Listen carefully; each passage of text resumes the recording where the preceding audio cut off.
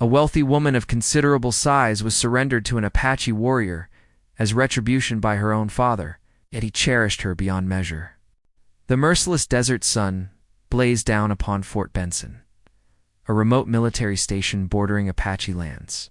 Lady Arabella Worthington remained motionless, her elaborate gown soaked in perspiration, the tight corset causing unbearable discomfort. Though tears threatened to fall, she refused to grant her father any satisfaction. "Consider this your retribution." "Arabella," Lord Worthington declared icily, his words echoing through the fort's central area. Multiple soldiers and merchants paused their activities to witness the unfolding drama. "Your excessive appetite and defiant behavior have brought dishonor to our family's reputation one final time." Arabella's face flushed with humiliation. At 23 years old, she had been unsuccessful in finding a spouse, despite her father's relentless matchmaking efforts.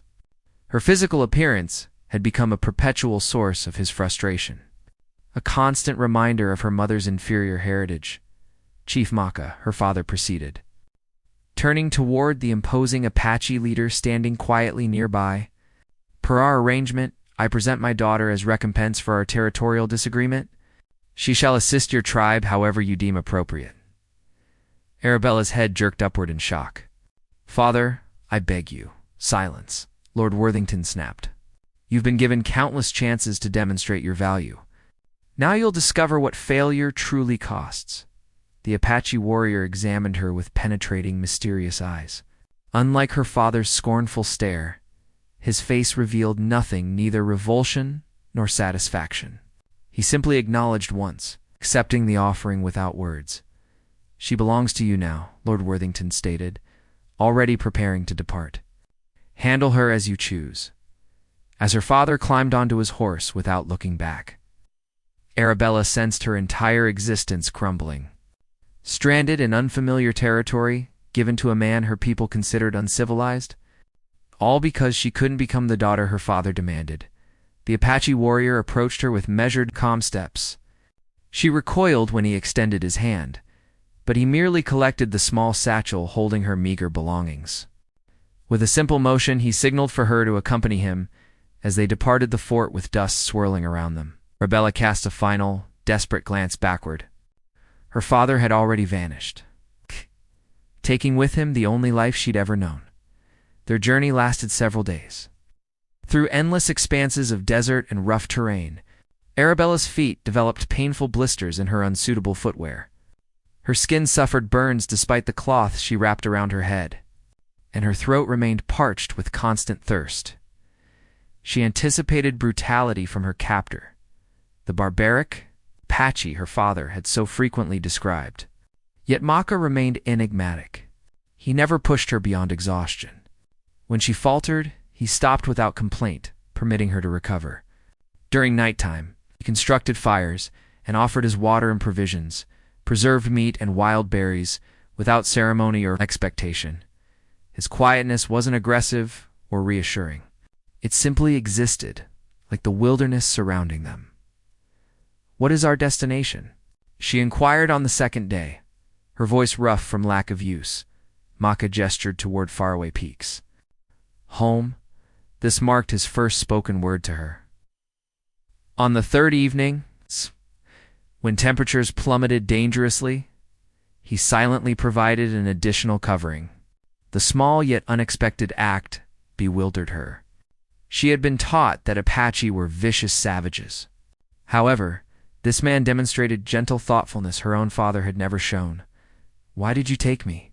she eventually asked. "I'm obviously a liability." Maka observed her intently across the flames. "White men don't comprehend worth," he replied simply, then resumed maintaining his blade. Arabella contemplated his statement while watching him work. His movements displayed practiced skill, his silhouette sharp against the flickering light. There existed dignity in his actions, a bond with the earth that seemed to anchor him. Despite her terror and bitterness, she discovered herself studying him with increasing fascination. By the fifth day, Arabella's physique had started adjusting. Her pace became more assured, her breathing less strained. She observed how Maka interpreted the terrain, locating water where she perceived only stone, detecting wildlife where she saw nothing. Once, when she correctly identified an edible root he had shown her, the edge of his lips curved slightly, not quite a grin, but recognition. That evening, as they established camp under an enormous star-filled sky, Arabella understood something had changed. The Apache was no longer merely her captor. He had become her guide through this unforgiving wasteland. The Apache settlement materialized unexpectedly, situated within a concealed canyon, shielded by massive crimson cliffs. Children interrupted their games as Maka guided Arabella into the community. Women paused their activities, their faces showing curiosity rather than hostility. Arabella pulled her worn shawl closer. Acutely conscious of her disheveled condition and her size, "Follow," Maka instructed, directing her toward a modest shelter constructed from branches and animal pelts. An aged woman appeared, her face weathered with lines, her gaze keen and evaluating. She spoke quickly to Maka in their native tongue. He responded calmly, occasionally indicating Arabella. "This is Nayeli," Maka clarified.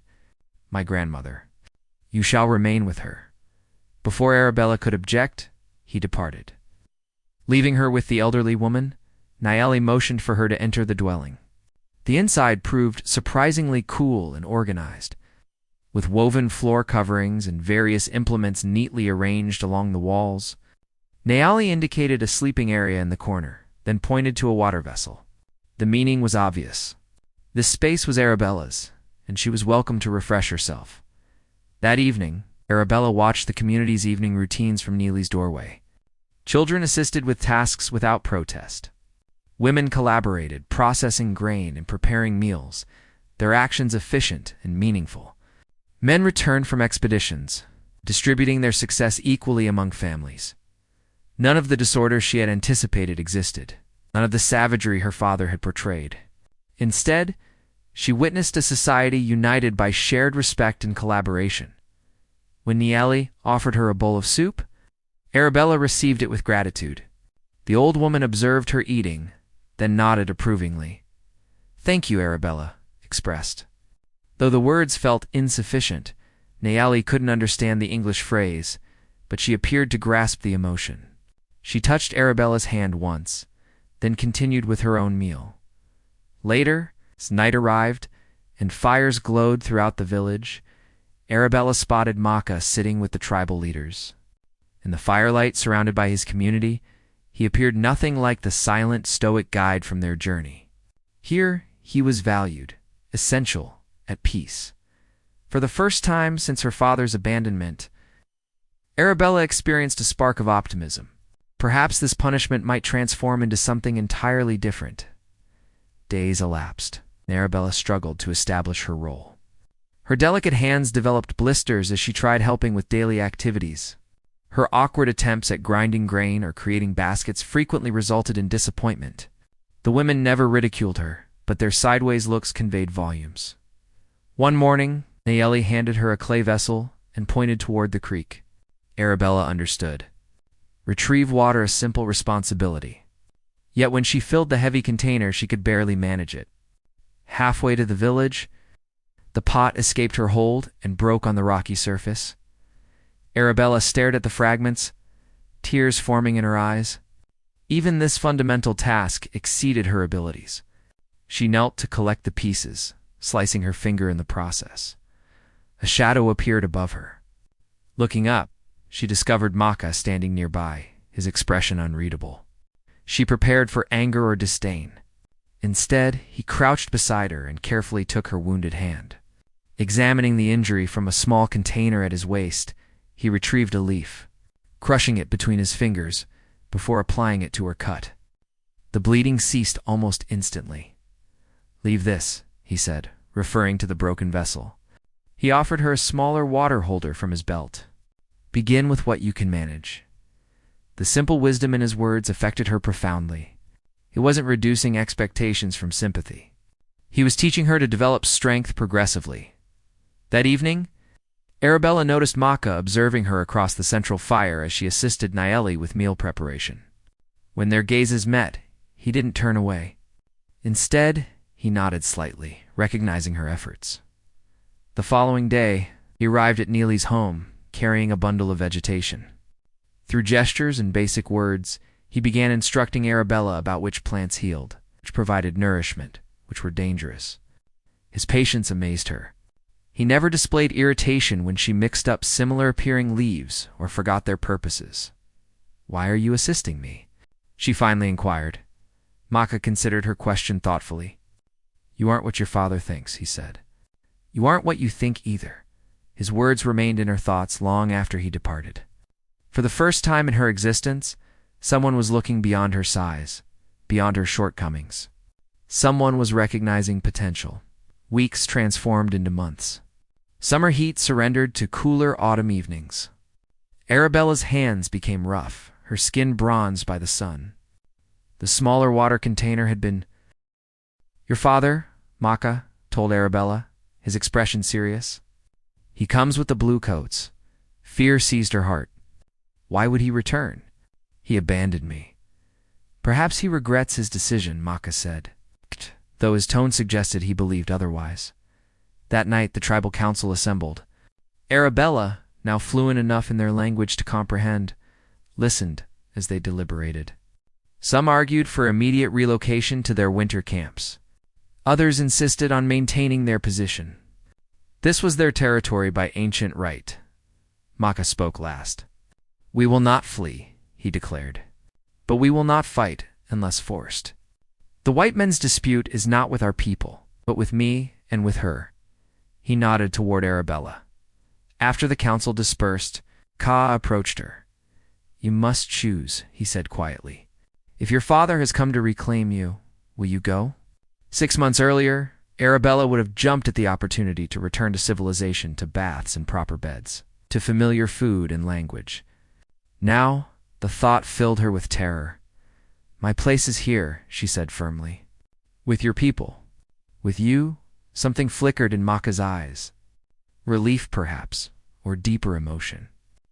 He touched her cheek gently. "Then we will face this together." The soldiers arrived the following day, 12 men on horseback, led by a lieutenant with harsh eyes. Behind them rode Lord Worthington, appearing as arrogant as ever, despite the travel dust. The Apache gathered at the village entrance, neither threatening nor retreating. Maka stood at their center, tall and proud. With Arabella beside him, Lord Worthington's eyes widened when he spotted his daughter.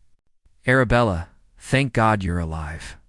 We've come to rescue you from these savages." The familiar contempt in his voice made her flinch, but she held her ground. "I don't need rescuing, Father." His expression darkened. "Don't be ridiculous. Look at yourself dressed in animal skins, living in filth. Whatever these creatures have done to you ends today." Maka stepped forward, his hand raised peacefully. "She stays or goes by her own choice," he said in careful English. "Not yours, not mine." Lord Worthington's face flushed with rage. "How dare you speak to me, you father?" Arabella interrupted, her voice stronger than she'd ever used with him. "I choose to stay." "This is preposterous," Lord Worthington sputtered, his face reddening further. "Lieutenant, seize my daughter at once. She's clearly been bewitched by these savages." The lieutenant hesitated, eyeing the Apache warriors who had subtly shifted positions, forming a protective semicircle around Maka and Arabella. "Sir," the officer said cautiously, "we were dispatched to investigate reports of a white woman being held captive. If she's staying voluntarily, she is not in her right mind." Lord Worthington snapped. He turned to Arabella, his voice dropping to a calculating tone. "My dear, I understand you've been through an ordeal. Your condition has always made you vulnerable to manipulation. Come home, and all will be forgiven." Arabella felt Maka tense beside her. Though he didn't understand all the words, he clearly recognized the threat beneath them. "My condition," she repeated. A lifetime of shame and resentment crystallizing into clarity. "You mean my size?" "The great disappointment that made me unworthy of your love." Her father's expression hardened. "Don't be dramatic. I've arranged a suitable match for you, a widower, with considerable holdings in Boston. He's willing to overlook your shortcomings. Another punishment disguised as opportunity, Arabella said quietly. No, father. I found something here you never gave me: respect, acceptance, purpose. Lord Worthington's thin veneer of patience cracked. Enough. He turned to the lieutenant. I'm ordering you to retrieve my daughter. Now.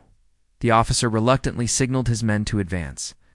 As they did, the Apache warriors raised their weapons, not attacking, but clearly prepared to defend.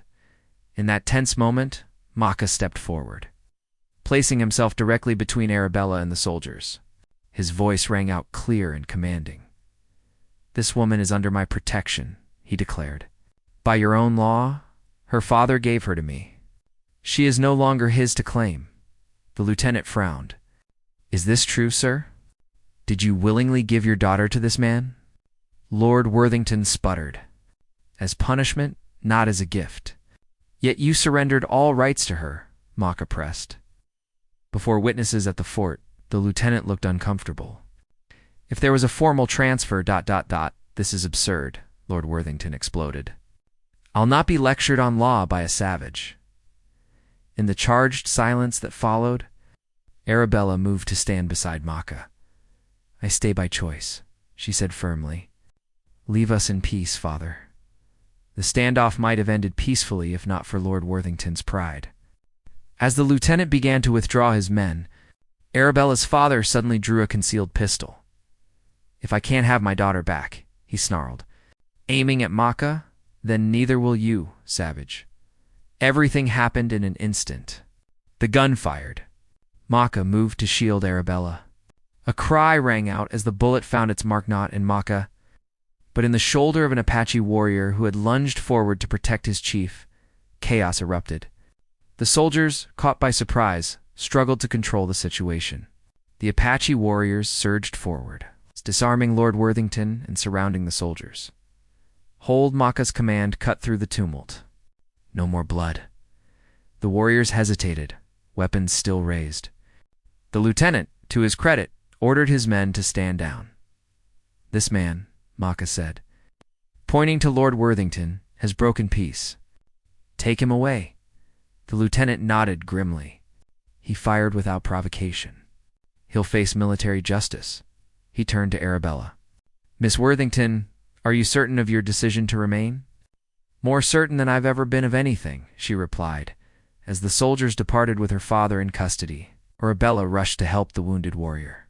Drawing on the healing knowledge Maka had taught her, she cleaned and dressed his wound. Applying poultices of herbs she had gathered herself that night. As the village celebrated the warriors' bravery and their successful defense, Maka sought out Arabella. He found her sitting alone by a small fire, lost in thought. You are troubled, he observed, settling beside her. He would have killed you, she whispered. My own father would have murdered you rather than accept my choice. Maka took her hand gently. Some men cannot see beyond themselves. Your father sees you as possession, not person. Tears slipped down Arabella's cheeks. All my life, I believed I was worthless because he told me so, because I wasn't thin or graceful or obedient enough. To me, Maka said softly, you are perfect as you are strong.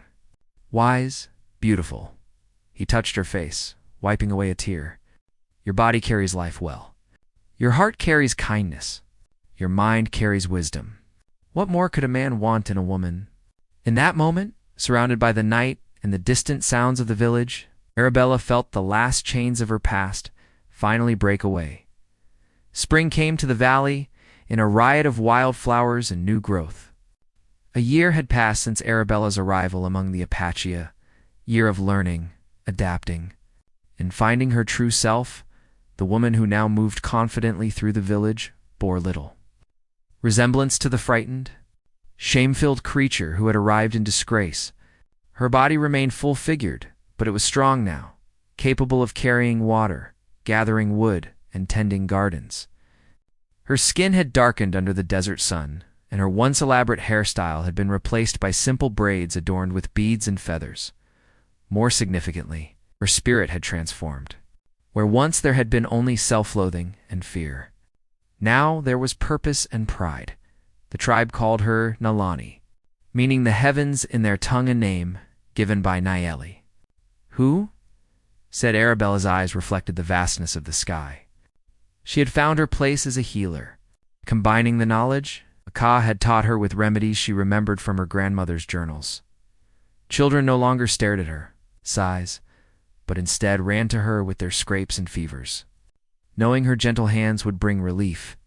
And Maka, the man who had received her as punishment but treasured her as a gift, had become her husband in the Apache way. Their union, blessed by the tribal elders during the winter solstice ceremony, one warm afternoon. As Arabella gathered medicinal plants on the valley's edge, a scout approached with news. Visitors were coming white men, but not soldiers. Among them was a woman. Curious, Arabella returned to the village. The small party that arrived consisted of a military interpreter, doctor, and a slender woman in practical traveling clothes.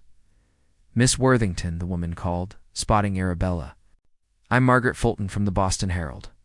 I've come to interview you about your experiences. Arabella exchanged a glance with Maka, who nodded encouragingly. My name is Nalani now, she replied.